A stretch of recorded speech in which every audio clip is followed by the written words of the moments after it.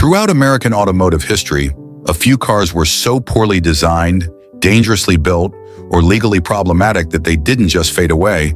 They were effectively banned, pulled from the market, or buried by their own manufacturers. Whether it was fire hazards, deadly design flaws, or massive regulatory failures, these cars weren't just forgotten. They were erased. These 9 banned American cars are the ones automakers, and maybe the government, would rather you never remember.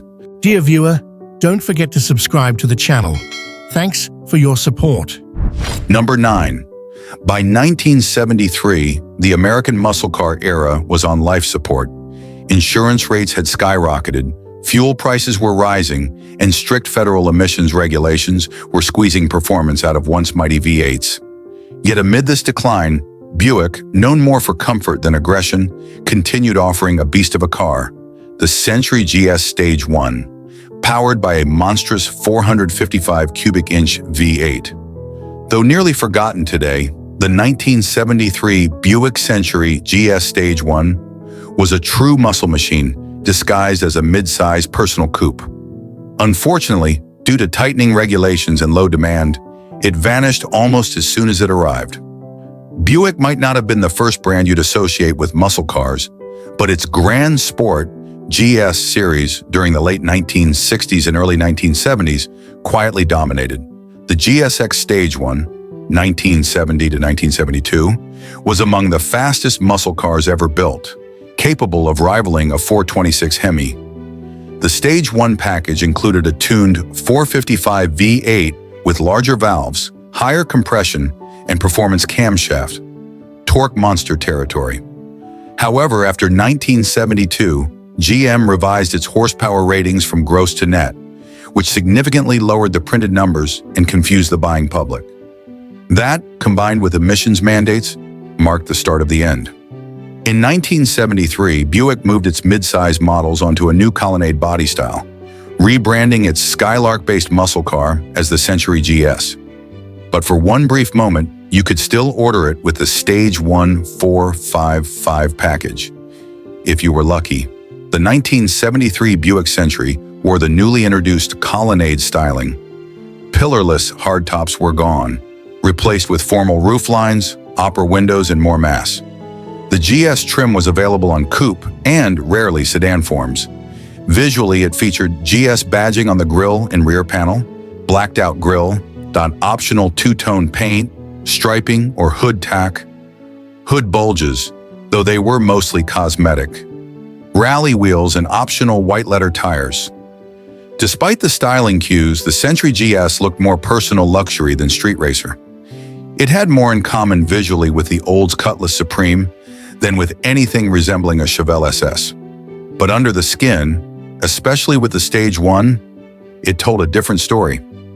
The heart of the 1973 GS Stage 1 was Buick's 455 cubic inch V8, which remained mostly intact from its early muscle car days. 455 cubic inches, 7.5 liters, 270 horsepower at 4,400 RPM, SAE net, 390 pound-feet at 3,000 RPM, Rochester 4-barrel. 1, down from early GSX's 1, 10.5 to 1. Even with the lower compression and new emissions controls, this engine produced massive torque. It was known for launching the heavy coupe with surprising authority and staying strong through the mid-range TH400 automatic with a performance shift calibration 3.4, 2 or 3.64 rear axle ratios with positraction. Performance axle and heavy-duty cooling available with towing package. 0 to 60 times hovered in the mid 6-second range, depending on rear gearing, a serious number in the smog-choked 1973 market. The interior of the Century GS Stage 1 emphasized refined muscle. Buick didn't go full Spartan like some of its rivals. This was a brand known for upscale touches, optional bucket seats and console shifter, full rally gauge package, including tilt steering, cruise control, power windows, faux wood grain and deep pile carpeting, optional AC, power seats, and vinyl roofs. This car was meant to be both fast and civilized, a performance machine that wouldn't make you suffer on the highway. By 1973, state-level emissions laws, particularly in California and high-altitude states, were tightening rapidly. Many of these jurisdictions required exhaust gas recirculation EGR systems, retarded ignition timing, and air injection pumps, all of which choked performance. The 455 Stage 1 couldn't legally be sold in some states. Insurance premiums for anything over 400 cubic inches were brutal. Gas prices, post-1973 embargo, made the car seem irresponsible. Dealers stopped ordering the Stage 1 package. Buick didn't advertise it. And in 1974, though the GS badge remained, the Stage 1 became a shadow of its former self, offered on paper but rarely built, and without the punch of 1970 to 73 models. The 1973 Buick Century GS Stage 1 is incredibly rare today. Exact production numbers are disputed, but estimates suggest fewer than 750 Stage 1 equipped models were built for 1973. Most were coupes. Sedans and wagons with this powertrain were near non-existent. Survivors are few. Many were cannibalized for their 455s or scrapped during the gas crunch. Today it is one of the most underappreciated muscle cars of the 1970s. While collectors chase Chevrolet, GTOs, and Roadrunners, the Century GS Stage 1 remains a sleeper collectible with muscle-era DNA hidden behind a luxury facade. The 1973 Buick Century GS Stage 1 marked the end of the line for Buick's muscle ambitions. A car that could still walk the walk, even if it didn't talk the talk. It had a massive V8, genuine performance, and the refinement Buick fans expected. Number 8. The 1974 Ford Mustang II was a radical departure from the classic muscle Mustangs of the 1960s. Downsized, restyled, and re-engineered for a changing America, it was Ford's response to the fuel crisis, insurance hikes, and especially the escalating emissions regulations coming out of California. But the California-specific version of the V8-powered Mustang II tells an even stranger story. One of governmental overreach, regulatory panic, and a performance car that never really performed. The original Ford Mustang launched in 1964 as a performance-oriented pony car, but by the early 1970s, the muscle car era was dying. High insurance premiums for performance cars. 1973, OPEC oil embargo and fuel crisis. Federal and state emissions regulations, particularly in California, which had its own stricter smog laws enforced by the California Air Resources Board, CARB. Ford had already seen this coming and decided to rethink the Mustang entirely for 1974. The 1974 Mustang II was based on the subcompact Ford Pinto platform. It aimed to be smaller and lighter, more fuel efficient, easier to insure, more like an import fighter than a muscle car. It debuted to strong sales, nearly 386,000 units sold. But car enthusiasts were horrified. Gone was the 351 Cleveland. In its place were a 2.3-liter inline-4, a 2.8-liter V6 German-built, and no V8, at least not at first. Originally, Ford planned to offer a 5.0-liter 302 CID V8 in the 1974 Mustang II. However, at launch, California banned the V8 version outright due to new emission standards that the engine did not yet meet. Ford was caught off guard. They hadn't yet finalized a version of the 302 that would pass California's smog rules, especially for hydrocarbons and NOx. As a result, early 1974 Mustang II buyers in California had no V8 option, only the underpowered 4- and 6-cylinder variants.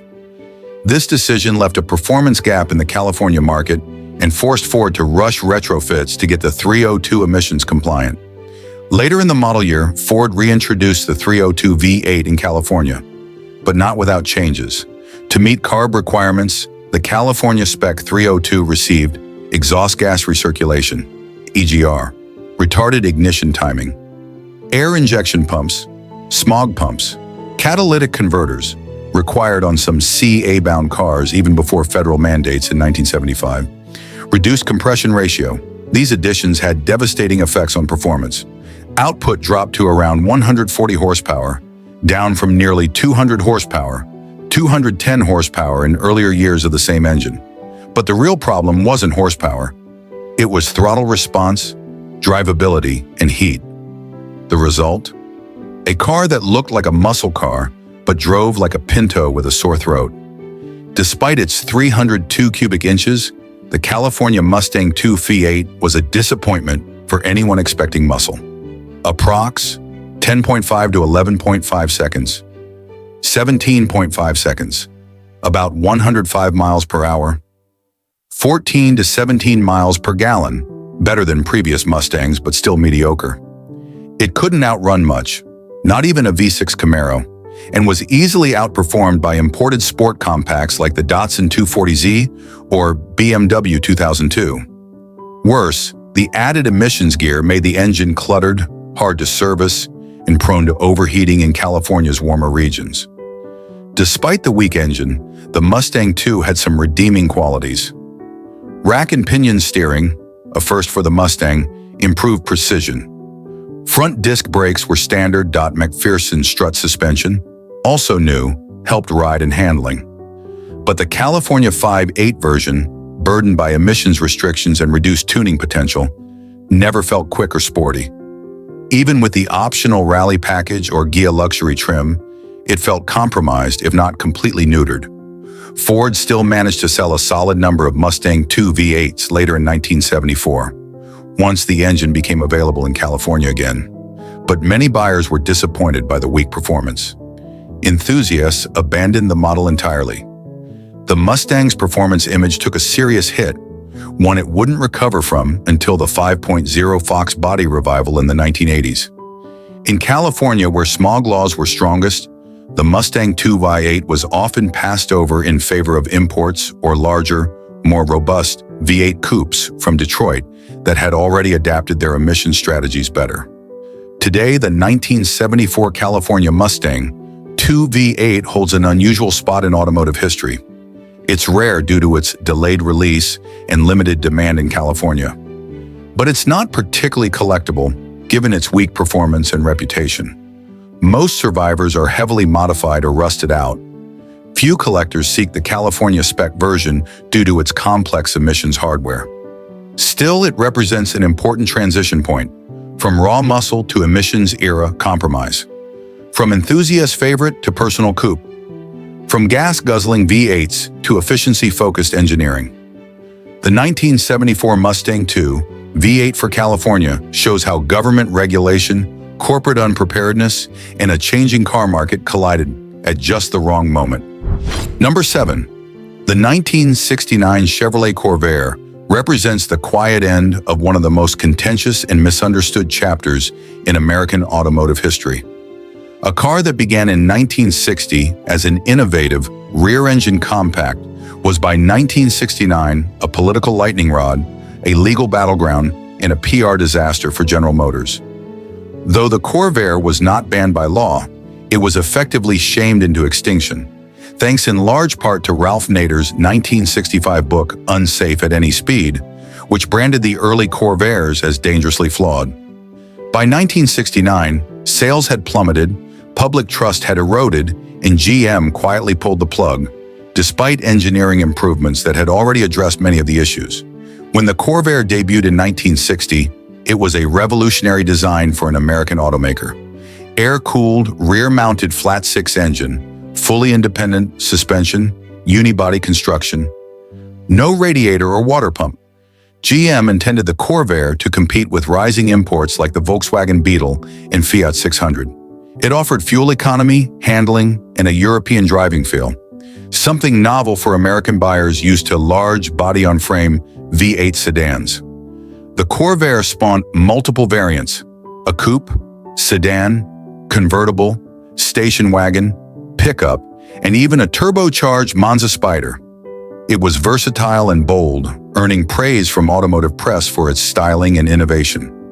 In 1965, Ralph Nader published Unsafe at Any Speed, a book that accused automakers, and GM in particular, of deliberately neglecting safety in the name of style and cost-cutting.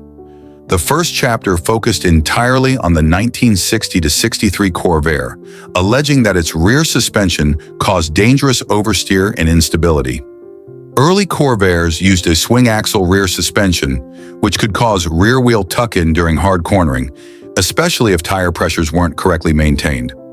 GM had omitted a front anti-roll bar, which aggravated handling imbalances. Weight distribution, rear biased, and driver unfamiliarity with rear engine dynamics contributed to accidents. The book was a media sensation, and Congress soon took notice.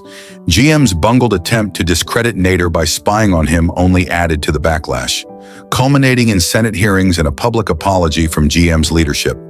Even though the Corvair was not unique in its suspension design, similar to early Porsches and Volkswagens, it became the poster child for automotive irresponsibility.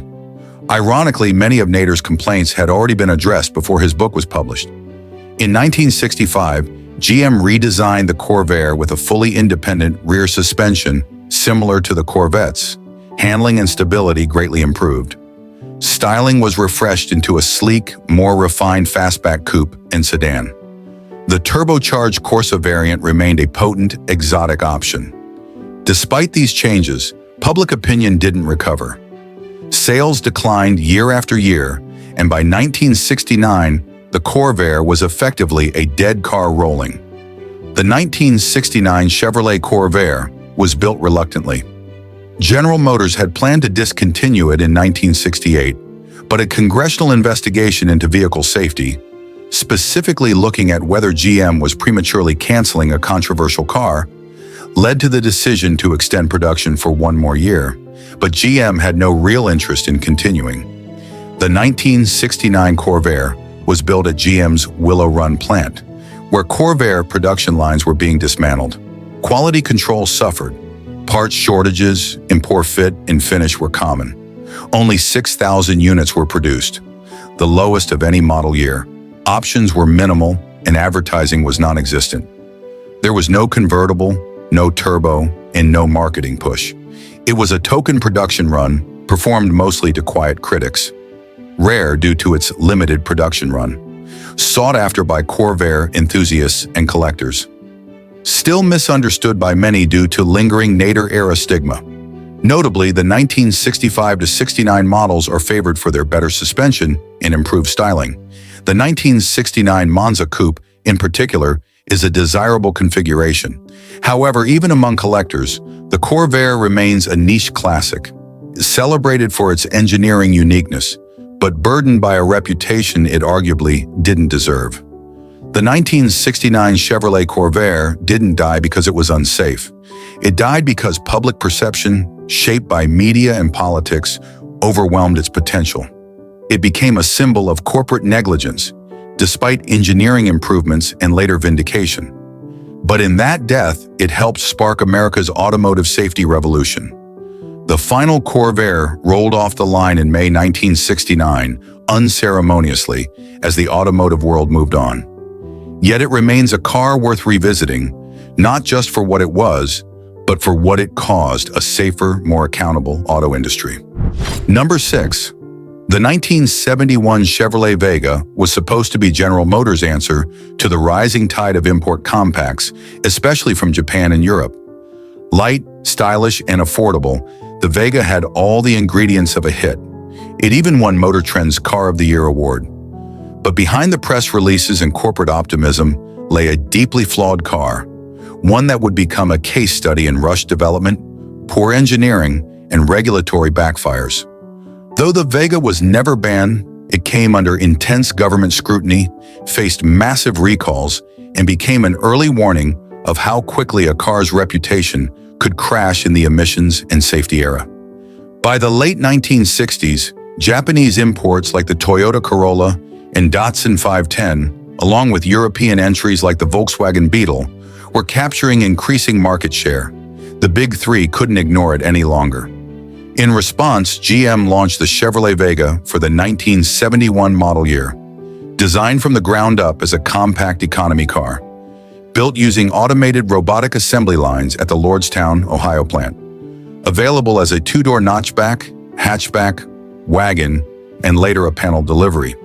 Light, clean-looking, and powered by an all-new 2.3-liter aluminum inline-4. GM invested heavily in marketing it as a modern, reliable, American-built answer to the imports.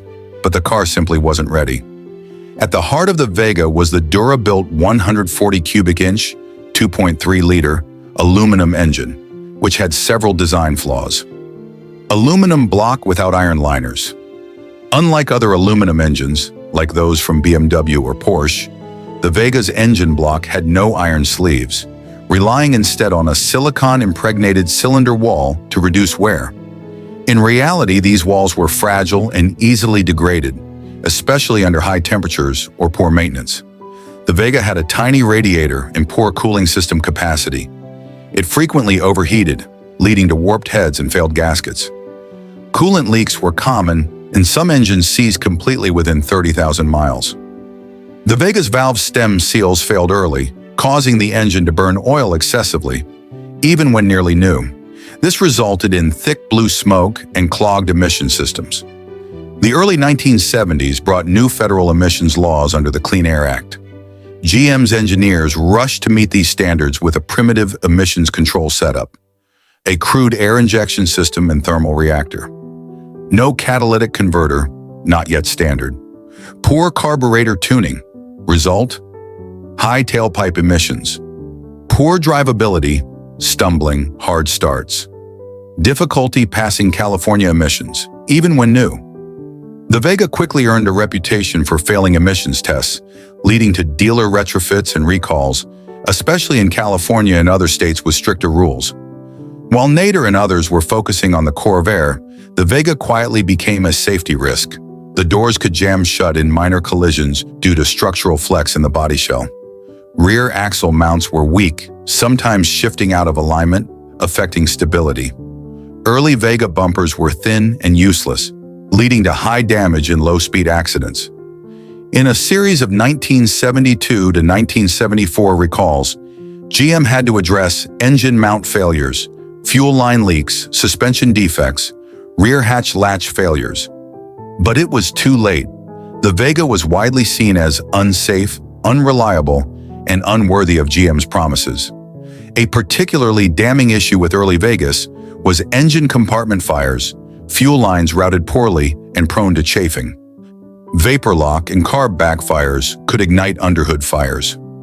Combined with aluminum heads and high engine bay temps, the result was terrifying. Several documented cases of Vegas burning to the ground helped cement its reputation in the public mind. The Vega was built at the ultra-modern Lordstown assembly plant, which used automated manufacturing to reduce labor input. Workers were undertrained and overworked. Labor disputes and wildcat strikes slowed production. Quality control was poor, with many Vegas leaving the factory damaged or incomplete. This led to GM-authorized dealer fixes before cars could even be sold, a huge cost and embarrassment. By 1973, Vega's problems were widely known. GM tried to fix the issues. In 1974, they added steel cylinder liners. In 1975, they redesigned the cooling system. In 1976, the Dura-Built badge was added to imply quality. But sales continued to plummet. The Vega had become a punchline, the opposite of a trusted import fighter. By 1977, GM canceled the cars and replaced it with the Chevy Monza, which itself inherited many of the Vega's flaws. The 1971 Chevrolet Vega was a car full of promise, but undone by engineering shortcuts, emissions mismanagement, poor quality, and safety issues. Though never banned outright, it might as well have been. Regulators scrutinized it, owners abandoned it, and GM walked away quietly. It stands as a warning from the past, a reminder that building a small car requires more than good intentions. Number 5. The 1975 Bricklin SV1 was a sports car unlike any other on American roads. Gull-wing doors, wild colors, and a promise of safety first in a market obsessed with speed and style. Built in Canada and sold in the US, the Bricklin SV1 was a short-lived but ambitious attempt to create a safe performance vehicle. But this fiberglass oddity was doomed almost from the start. While the idea was radical, the execution was shaky. By 1975, the Bricklin faced mounting regulatory restrictions, was banned in several U.S. states, and buckled under safety compliance issues and structural concerns. It became a case study in how vision, politics, and poor planning can crash into each other. Literally. Malcolm Bricklin was a controversial automotive entrepreneur who had previously introduced Subaru to the U.S. market. Emboldened by his early success, he envisioned a North American sports car that combined performance with safety. An unheard-of pairing at the time, he partnered with the government of New Brunswick, Canada, which agreed to partially fund the car's production under the promise of job creation and economic development. Thus was born the SV1, short for Safety Vehicle 1. The Bricklin SV1, particularly the 1975 model, was both innovative and flawed. Gull-wing doors operated by hydraulic pumps, a rare feature outside of the Mercedes 300 SL. Built using acrylic-bonded fiberglass body panels, molded in bright, safety-themed colors, no paint required. No chrome, minimal trim, designed to emphasize simplicity and visibility. Integrated 5MP bumpers, designed ahead of most regulatory requirements. Used a Ford 351 Windsor V8, replacing the earlier AMC 360 V8 used in 1974. Paired with a 3-speed automatic transmission. Despite its muscle, the SV1 weighed over 3,500 pounds, making it underwhelming in performance. Energy-absorbing bumpers, high-visibility body colors, steel perimeter safety frame, side impact protection bars. However, many of these features were poorly integrated, and actual crash protection was never independently validated. Despite its name, the SV1 failed to meet several evolving federal and state safety standards. Particularly, the acrylic resin panels were brittle, cracked easily in minor impacts, and could shatter dangerously. The gull-wing doors frequently jammed or failed to open if the hydraulics lost pressure, a critical failure in the event of a rollover or electrical issue. Overall body integrity failed some crash tests, making it non-compliant in certain jurisdictions. Bumper regulation issues. The bumper design, while clever in theory, did not meet all aspects of NHTSA's bumper performance and height regulations introduced mid-decade. The front and rear ends were not sufficiently energy-absorbing at low-speed impacts by newer 1975 standards. Because of these problems, the Bricklin failed to receive safety certification in multiple U.S. states, including California, New York, Massachusetts. These were huge markets that Bricklin could not afford to lose, and the lost revenue severely limited the company's ability to grow or correct its flaws. The Bricklin SV1 suffered from overpromised goals and under-delivered results. Production was handled in St. John, New Brunswick, but labor disputes, material shortages, and management issues caused constant delays. The acrylic/fiberglass body panels were difficult to produce consistently, leading to fit and finish issues. Many of the hydraulic door systems failed at dealerships, and customers complained about constant mechanical and electrical faults. With rising costs and limited state approval, Bricklin burned through funding quickly. By late 1975, the New Brunswick government pulled its support. The company declared bankruptcy, and fewer than 3,000 SV1s were ever built, with only about 1,800 to 2,000 surviving today. The Bricklin SV1 became an automotive punchline for years, mocked for its safety vehicle name, despite real-world failings. Remembered more for its bright orange and lime green body colors than for performance or engineering, symbolic of how idealism without execution can destroy even the most radical of visions. Still, the car has developed a cult following among collectors, thanks to its unique design. Gull-wing doors, always a crowd pleaser. Its place in automotive history as a cautionary tale. The 1975 Bricklin SV1 was a car built on bold ideas, safety, visibility, and futuristic design, but it failed to meet the very standards it claimed to champion. The irony of a safety vehicle being banned in several U.S. states for safety noncompliance is hard to overstate. Its downfall was not just due to mechanical flaws, but a lethal mix of regulatory pressure, poor quality control, unreliable production, and a naive belief that vision alone could overcome execution. The SV1 wasn't just a failure, It was a warning that regulatory compliance and engineering rigor can't be treated as afterthoughts no matter how cool the doors are. Number 4.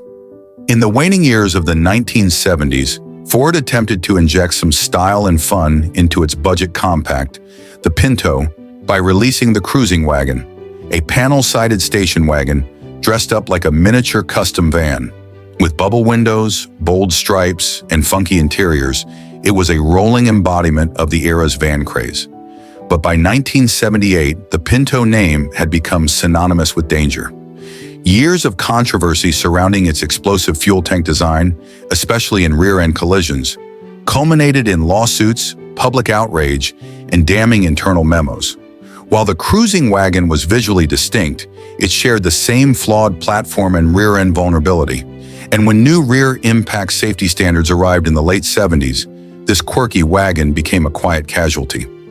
To understand the fate of the cruising wagon, one must first understand the broader Pinto controversy. The Ford Pinto, introduced in 1971, featured a fuel tank mounted behind the rear axle, close to the rear bumper.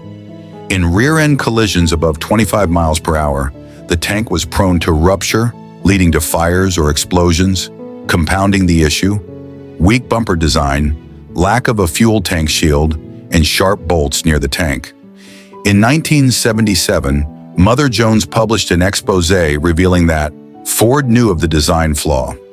Internal crash tests confirmed the fire risk. A cost-benefit memo showed it would be cheaper to pay wrongful death settlements than fix the design, estimated fix, $11 per car. The public backlash was fierce. The NHTSA, National Highway Traffic Safety Administration, launched an investigation. Lawsuits began piling up, and public confidence in Ford, especially the Pinto name, crumbled. In an attempt to revitalize interest in the Pinto line and ride the wave of the custom van movement, Ford introduced the cruising wagon trim in 1977, continuing into 1978. Panel van-style rear quarters, replacing windows with fiberglass panels. Signature round bubble window on each side. Pure 70s van kitsch. Bold tape graphics, blackout trim, and often two-tone paint. Available with roof racks, porthole curtains, and custom upholstery. Mechanically, however, it remained a Pinto wagon under the skin. Inline-4 engines, 2.3-liter standard, rear-wheel drive, same fuel tank placement and rear body structure. It was a novelty item, not a performance car. Still, it gained a cult following among young buyers who couldn't afford a full-size custom van. By 1978, the federal government was tightening safety regulations, particularly for rear crash protection. NHTSA mandated improved rear crash performance and bumper reinforcement. Automakers were expected to prove compliance with new standards or phase out non-compliant models. The Pinto platform had already come under heavy scrutiny. While Ford had implemented some band-aid solutions, like fuel tank shields and plastic guards, the underlying structure remained flawed. Ford recalled 1.5 million Pintos and Mercury Bobcats to retrofit the fuel tank area. The company also faced ongoing litigation, including high-profile cases involving fatal crashes.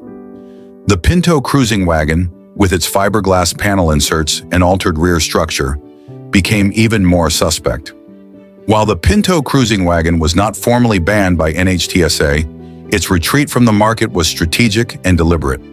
Ford reportedly discouraged fleet and government buyers from ordering Pinto wagons, citing pending compliance issues. Certain state procurement programs refused to accept Pintos, especially wagons, over liability concerns. Ford quietly withdrew marketing support for the cruising wagon trim in late 1978. Dealers were informed that the model would not continue into 1979. Inventory was cleared with deep discounts to offload remaining stock. This amounted to an informal or policy-driven ban. The car wasn't legislated out of existence, but liability, regulatory pressure, and reputational risk made it unviable. The 1978 Ford Pinto cruising wagon was a funky little car with big personality. But it was born into the wrong family at the wrong time. As regulators cracked down and public pressure mounted, even its novelty couldn't save it. While it never faced a headline-making ban, it was quietly pushed out the back door. a casualty of both new safety standards and Ford's own history of dangerous cost-cutting. In the end, the Pinto cruising wagon wasn't just a quirky car, it was a metaphor. A fun-looking shell covering serious flaws that couldn't be ignored any longer. Number 3. The Chrysler 300 badge carried heavy weight in American automotive history. From the original letter series cars of the 1950s and early 60s, icons of style and speed, to the brutal 440-powered 300s of the late muscle car era, the name evoked raw V8 performance and prestige. So when Chrysler dusted off the nameplate in 1979 for a special Cordoba-based coupe, enthusiasts took notice and then sighed in disappointment. Despite aggressive styling and special badging, the 1979 Chrysler 300 was little more than a dress-up package on the aging Cordoba platform. And worse, it ran headfirst into California's tightening emissions laws, which banned it outright due to its non-compliant 360 cubic inch V8. That effectively killed the car's momentum before it even started. By the late 1970s, Chrysler was in serious financial trouble. The company was hemorrhaging cash, relying on dated platforms, and struggling to meet increasingly strict fuel economy and emission standards. The muscle car era was over. Buyers were wary of big V8s, and government regulations were making it increasingly difficult to sell performance-oriented vehicles, especially in California, which had enacted its own emissions rules stricter than federal guidelines. Despite this, Chrysler wanted to recapture some of its past glory, and chose to do so with the Cordoba, a personal luxury coupe made famous by Ricardo Montalban and its rich Corinthian leather. Based on the M-body Cordoba, the 1979 Chrysler 300 came only as a two-door coupe. It featured unique grille and front fascia with blackout treatment, bold red, white and blue 300 badging, quarter-window louvers, white letter tires on 15-inch wheels, firm feel suspension and upgraded brakes. Inside, the 300 had bucket seats, extra gauges, and optional T-tops.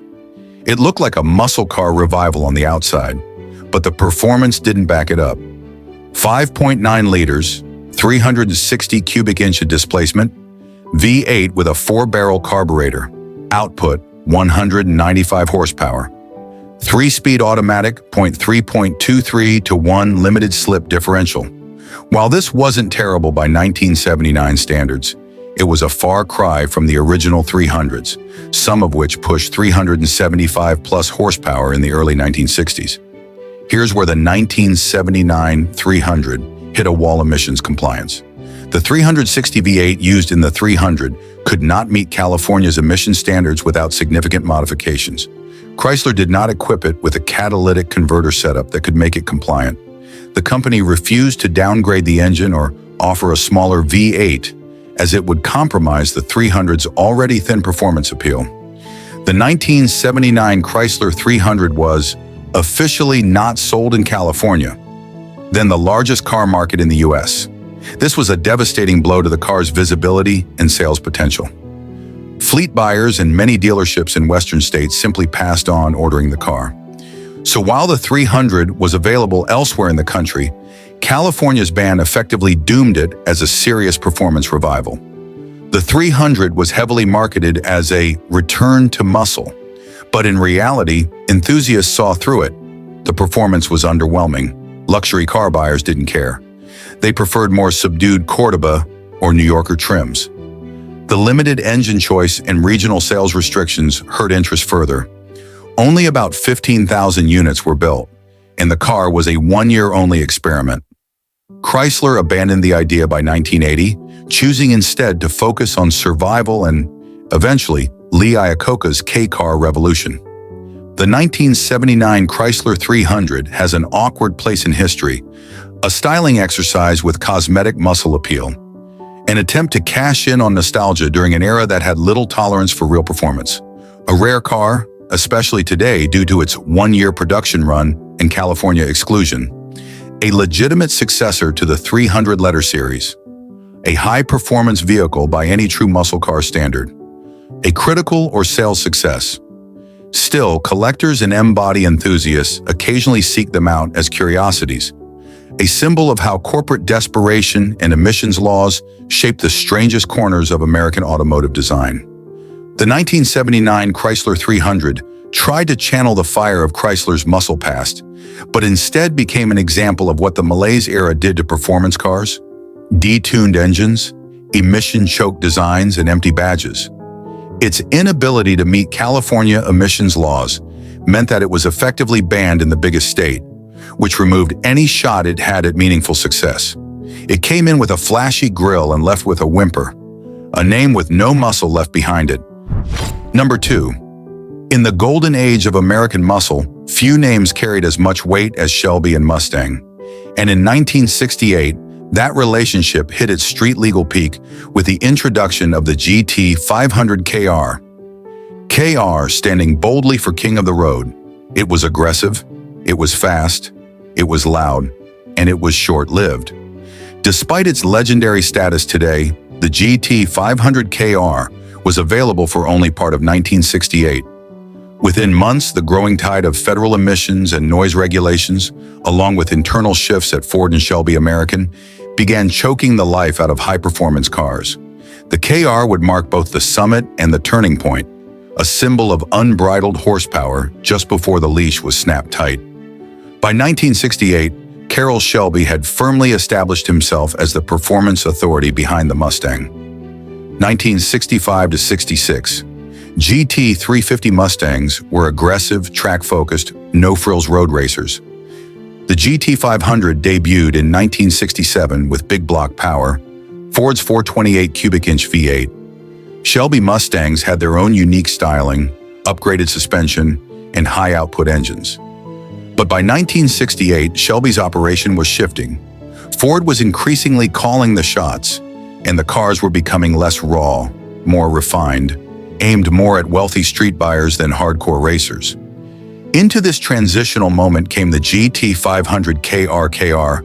Wasn't just a badge job. It had the brand new 428 Cobra Jet V8, conservatively rated at 335 horsepower, but widely understood to make over 400 horsepower in real-world testing, 0 to 60 miles per hour, approximately 6.5 seconds, very quick, for 1,968. Quarter mile, approximately 14.0 seconds at 103 miles per hour. The 428 CJ had larger valves, better breathing heads, functional ram air induction, reinforced internals. This was Ford's most potent street engine, and the GT500 KR was its first application. Unique fiberglass hood with hood scoops, KR badging and Cobra emblems, deluxe interior with roll bar and inertia belts, upgraded suspension and rear traction bars. It was equal parts muscle and luxury, priced higher than a base Mustang, but still within reach for a performance-minded buyer. The GT500 KR's reign was spectacular and shockingly brief. The Motor Vehicle Air Pollution Control Act of 1965 began taking effect in the late 60s. 1968 was the first full year of federal emissions equipment requirements, e.g. PCV valves air injection. Noise regulations enforced by states and municipalities began limiting the use of aggressive exhaust systems. The GT500 KR just squeaked through the legal window. But it was clear this kind of car wouldn't be allowed to thrive much longer. Ford began reining in Shelby's independence, moving production in-house by 1969. The Cobra Jet remained, but later versions were detuned, emissions strangled, and no longer had the same raw feel. Shelby's name was pulled from Mustangs entirely after 1970, was never used again in period. It was truly a one-year phenomenon, caught in the tightening grip of federal compliance. Despite its short production run, fewer than 1,600 fastbacks and 300 convertibles built, the GT500 KR became an instant legend, among the most valuable classic Mustangs. Prized for its 428 Cobra Jet, one-year-only status, and Shelby pedigree.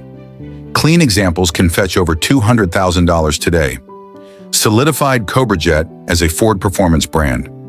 KR became shorthand for peak factory muscle, inspired future Shelby GT500s, including modern King of the Road tribute editions. The 1968 Shelby GT500 KR was the muscle car's last unfiltered roar before the walls closed in. It had everything: big displacement, bold looks, Shelby engineering, and street legality for a moment. But it was also a victim of its time. The moment federal regulators turned their sights toward noise and emissions, the KR's days were numbered. Within a year, the party was over. Shelby left Ford, the Cobra jet was dulled, and the king of the road became an outlaw on roads it once ruled. Number 1. In 1976, Cadillac made headlines across the nation with a dramatic announcement that their Eldorado convertible would be the last American convertible. It was the end of an era, or so people thought. Buyers rushed to Cadillac showrooms. Prices surged. People bought the car not only as transportation, but as an instant collectible. But here's the twist. There was no federal ban on convertibles. The feared legislation never came to pass. And yet Cadillac's move both ended the American convertible temporarily and cemented the Eldorado's legacy in muscle luxury history. By the mid-1970s, the American auto industry was under intense pressure. Federal safety standards were expanding rapidly, including rules on bumpers, rollover protection, emissions, and crash survivability. Speculation grew that convertibles, without fixed roofs, would no longer meet future rollover crash standards. Manufacturers, facing rising production costs and legal uncertainties, began quietly canceling their convertible lines. By 1975, the once common convertible had virtually disappeared. Ford, Chevy, Plymouth, and others had ended convertible production. Only Cadillac remained, with its large, luxurious Eldorado convertible. In this uncertain climate, Cadillac capitalized. Final year for Cadillac's convertible at the time. Based on the massive E-body Eldorado, their front-wheel drive, powered by a 500 cubic inch 8.2-liter V8, still the largest displacement production engine ever used in a passenger car. B. Performance and features. Horsepower. 190 horsepower choked by emission standards, around 13 seconds. 5,400 pounds. 3-speed turbo-hydromatic transmission. Optional hard parade boot for show use. This wasn't a performance machine. It was a rolling statement, drenched in chrome and powered by torque. Huge proportions, nearly 19 feet long. Padded convertible top. Plush, overstuffed interior with leather or velour. Fender skirts, opera lamps, and signature vertical tail lamps. It was the ultimate boulevard cruiser. Big, soft, slow, but glamorous. Cadillac saw the industry trend and seized the moment. This is the final year. There will never be another factory-built American convertible again. The message worked. Public reaction was immediate and frenzied. Buyers flooded Cadillac dealerships. Some dealerships marked up prices dramatically. Cadillac built over 14,000 Eldorado convertibles in 1976, more than double the usual rate. Some were purchased as investments, never driven, stored with plastic still on the seats. While the public believed a federal ban was imminent, no such law ever existed. There was concern and talk, but not a single statute banned convertibles. Cadillac didn't lie exactly, but it leaned heavily into the fear that convertibles were about to be outlawed. For several years after, no major U.S. automaker produced a convertible. Cadillac canceled all convertible production after 1976. The convertible became extinct in Detroit, temporarily. In 1982, Chrysler introduced the LeBaron convertible, proving that modern convertibles could meet safety standards. GM followed suit, and convertibles made a comeback, albeit with smaller bodies and limited production. Cadillac even brought back a convertible version of the Eldorado for 1984, though it was lower volume and lacked the grandiose proportions of 1976. The 1976 Cadillac Eldorado convertible was billed as the end, a swan song for American open-top motoring. And while the ban never came, the legend of the last convertible lived on, creating a mystique that no other convertible has matched since. It wasn't just a Cadillac, it was a cultural moment shaped by fear, marketing, and a longing for the grand old days of American chrome and land yachts. For a few years, the Eldorado did rule the open road, roof down, V8 humming, and destiny in its shadow.